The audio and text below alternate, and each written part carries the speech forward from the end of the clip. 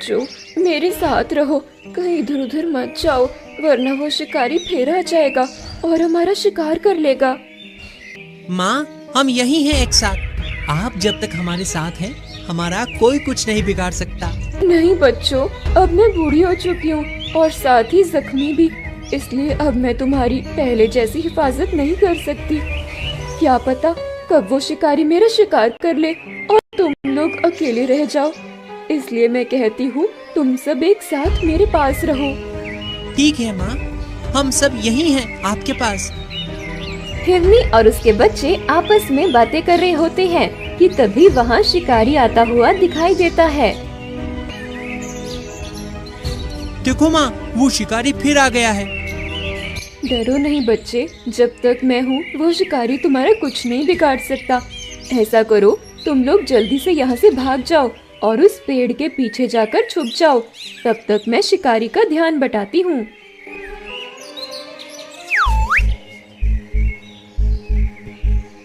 अरे वाह, आज तो ये हिरनी बिल्कुल अकेली है। लगता है इसके बच्चे साथ नहीं है। आज तो मैं इसका शिकार करके ही जाऊंगा। इस शिकारी आदमी का नाम कुशाल है, जो जानवरों का शिकार करता है। कुशाल हरिपुर गांव में रहता है। एक दिन हरिपुर गांव के जंगल में शिकार करते समय उसकी नजर हिरनी पर आ जाती है, जिसके 3 छोटे छोटे बच्चे हैं। कुशाल इस हिरनी का शिकार करने रोज जंगल जाता है, मगर वह किसी न किसी दूसरे शिकार के चक्कर में उस हिरनी का शिकार नहीं कर पाता। परंतु ये शिकारी हिरनी को रोज पत्थर मारता, जिसके कारण हिरनी दिन ब दिन जख्मी और कमजोर होती जा रही थी। आज तुझे कौन बचाएगा मेरे शिकार से? आज तो तू बिल्कुल अकेली है। तेरे बच्चे भी तेरे साथ नहीं है। आज तो मैं तेरा शिकार करूंगा। कुशाल जैसे ही हिरनी का शिकार करने के लिए हथियार निकालता है, तभी उसे वहाँ पर दूसरा हिरण दिखाई देता है, जो कि उस हिरनी से भी ज्यादा सुंदर रहता है।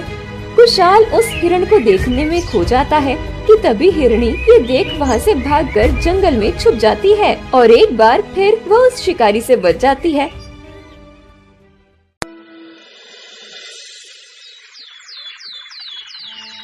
दूसरे दिन हिरनी अपने बच्चों के साथ उसी जगह पर रहती है और कहती है, बच्चों, जल्दी जल्दी अपना खेल खत्म करो और चलो यहाँ से, इससे पहले कि आज फिर वो शिकारी आ जाए।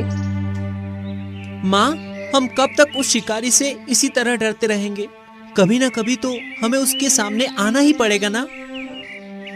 बच्चों, तुम्हारी बात बिल्कुल सही है, लेकिन वो शिकारी बहुत खतरनाक है। वो कब से हमारा शिकार करने में लगा है। अगर उसे कल दूसरा हिरण नहीं दिखा होता तो वह मुझे मार देता। माँ, फिर हम इस शिकारी से बचने के लिए क्या करें?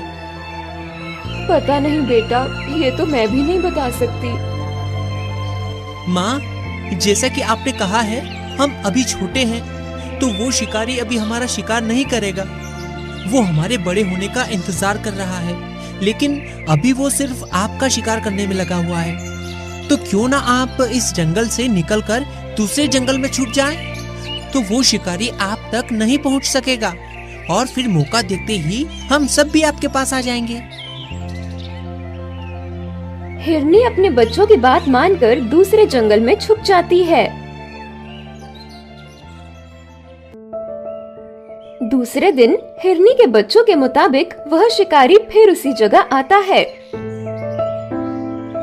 लेकिन आज वहाँ सिर्फ हिरनी के बच्चे खेलते रहते हैं, जबकि हिरनी कुशाल को नहीं दिखाई देती। अरे, आज तुम लोग अकेले खेल रहे हो? तुम्हारी वो शातिर माँ किधर है?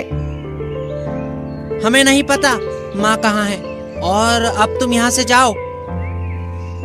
मैं जानता हूँ, तुम चालाक बच्चों ने अपनी शातिर माँ को कहीं छुपाया हुआ है, लेकिन तुम लोग फिक्र मत करो, मैं जल्दी ही उसे ढूंढ लूंगा। ये कहते हुए कुशाल वहाँ से चला जाता है। बच्चे उसे जाते देख सुख की सांस लेते हैं और फिर वो अपनी माँ के पास चले जाते हैं। बच्चों, आ गए तुम सब। तुम लोग ठीक हो ना? उस शिकारी ने तुम्हें किसी तरह का नुकसान तो नहीं पहुंचाया? हाँ माँ, हम बिल्कुल ठीक हैं। और आज तो हमने उस शिकारी कुशाल को उल्लू बना दिया। हिरनी अपने बच्चों की बात सुनकर बहुत खुश होती है, फिर उनके साथ खेलने लगती है। इधर सूर्यवीर नाम का राजा अपने बेटे शौर्य से बहुत प्रेम करता है। शौर्य भी अपने पिता को उतना ही चाहता है। पुत्र, जब से तुम आए हो तब से हमारा जीवन ही बदल गया है। हमारे जीवन में सुख शांति के साथ साथ खुशहाली भी आ गई है। हमारे राज्य की प्रजा भी तुम्हें बहुत पसंद करती है। तुम जल्दी बड़े हो जाओ, फिर मैं तुम्हें इस राज्य का राजा बना दूंगा। माताश्री, पिताश्री, आप जैसे महान और पराक्रमी राजा रानी का पुत्र होने का मुझे सौभाग्य मिला। ये मेरे लिए बहुत बड़ी बात है। पिताश्री, मैं तुमसे वादा करता हूँ कि मैं तुम्हारा नाम और गौरव को और ऊंचाइयों तक लेकर जाऊंगा। पुत्र, तुम अभी छोटे हो, इतनी बड़ी बड़ी बातें मत सोचो। चलो, अब रात हो रही है, अभी हमें भी आराम करना चाहिए। तुम भी अपने कक्ष में जाओ और सो जाओ। फिर शौर्य उसके कक्ष में गया और सो गया। अचानक से एक सांप महाराज सूर्यवीर के पास आ जाता है और उन्हें काट लेता है।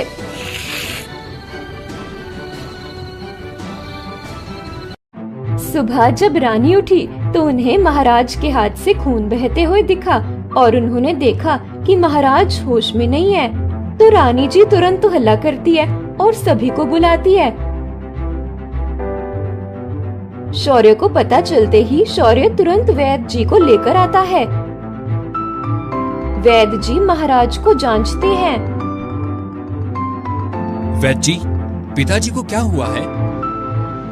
पुत्र शौर्य, राजा को किसी खतरनाक सांप ने काटा है। तो वैद्य जी, पिताजी की जान कैसे बचाई जा सकती है? पुत्र शौर्य, महाराज की जान सिर्फ एक तरीके से बचाई जा सकती है। बताइए वैद्य जी, मैं पिताजी की जान बचाने के लिए कुछ भी करने को तैयार हूँ। ठीक है पुत्र, तो सुनो। हरिपुर गांव में एक जंगल है, वहां जाकर तुम्हें एक अनोखी जड़ी बूटी लानी होगी। ठीक है वैद्य जी, मैं जल्द ही वो जड़ी बूटी लेकर आता हूँ। उस जड़ी बूटी को लाना इतना आसान नहीं है पुत्र। उस जंगल में एक खतरनाक शिकारी रहता है जो वहां के मासूम जानवरों का शिकार करता है। तुम्हें किसी तरह उस शिकारी को अपने काबू में करना होगा और उसे बिना बताए उसके घर के पास लगी हुई जड़ी बूटी लाना होगा।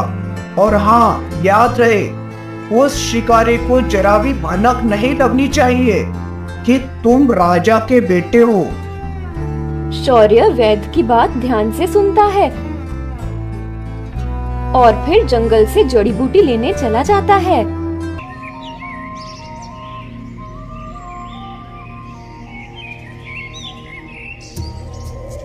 वैद्य जी के मुताबिक यही वो जंगल है जहाँ वो जड़ी बूटी मिलेगी, मगर कहाँ? शौर्य जंगल में पहुंचकर जड़ी बूटी को ढूंढने की सोच रहा था कि तभी उसे एक जानवर के चिल्लाने की आवाज आती है। छोड़ो मुझे, मैंने कहा मुझे जाने दो।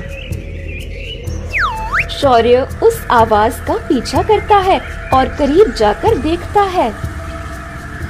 छोड़ो मुझे, मैंने कहा मुझे जाने दो। इतनी आसानी से अब मैं तुमको नहीं जाने दूंगा। याद है ना, तुम्हारे उस बेचारी माँ का मैंने कैसे शिकार किया था। छोड़ो इसे, तुम्हें शर्म आनी चाहिए एक मासूम जानवर का शिकार करते हुए। लड़के, कौन है तू और यहाँ क्या कर रहा है? ये मेरा जंगल है और यहाँ के जानवर मेरे हैं, मेरी मर्जी, मैं इनके साथ कुछ भी करूं। कुशाल ये कहते हुए जैसे ही अपना हथियार उस मासूम हिरण पर चलाता है, तभी शौर्य तेजी से अपने हथियार से कुशाल पर वार कर देता है और कुशाल वहीं दर्द से गिर जाता है। ये देख वह मासूम हिरण वहाँ से भाग जाता है।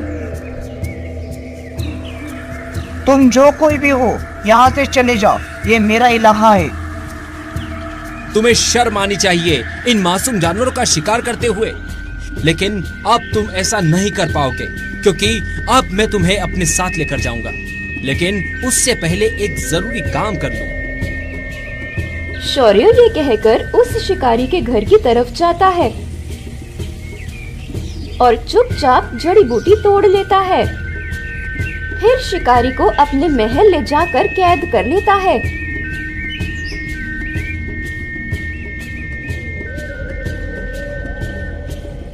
दूसरी तरफ राजा उस जड़ी बूटी को मिलते ही ठीक हो जाता है और महल में अपनी सभा के साथ बैठता है। पुत्र शौर्य, मुझे गर्व है कि तुमने मेरी जान बचाई और साथ ही उन मासूम जानवरों की भी।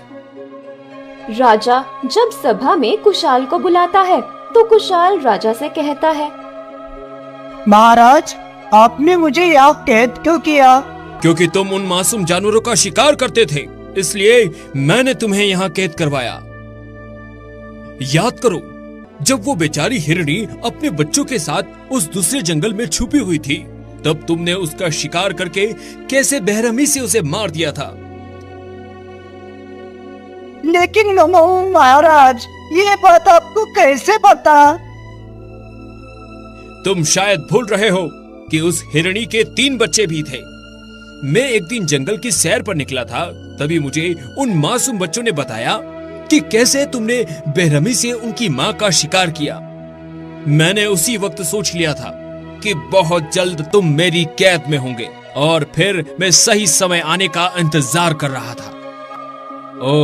तो पिताजी ने इसलिए वैद्य जी से मुझे यहाँ भेजा था। वो जड़ी बूटी तो दूसरे जंगल में भी मिल सकती थी। हाँ पुत्र शौर्य, वैद्य जी को सब कुछ पता था और मैं चाहता था जैसे इसने उन मासूम जानवरों का शिकार किया, वैसे ही तुम इनका शिकार करो। वो कहते हैं ना, जैसे को तैसा।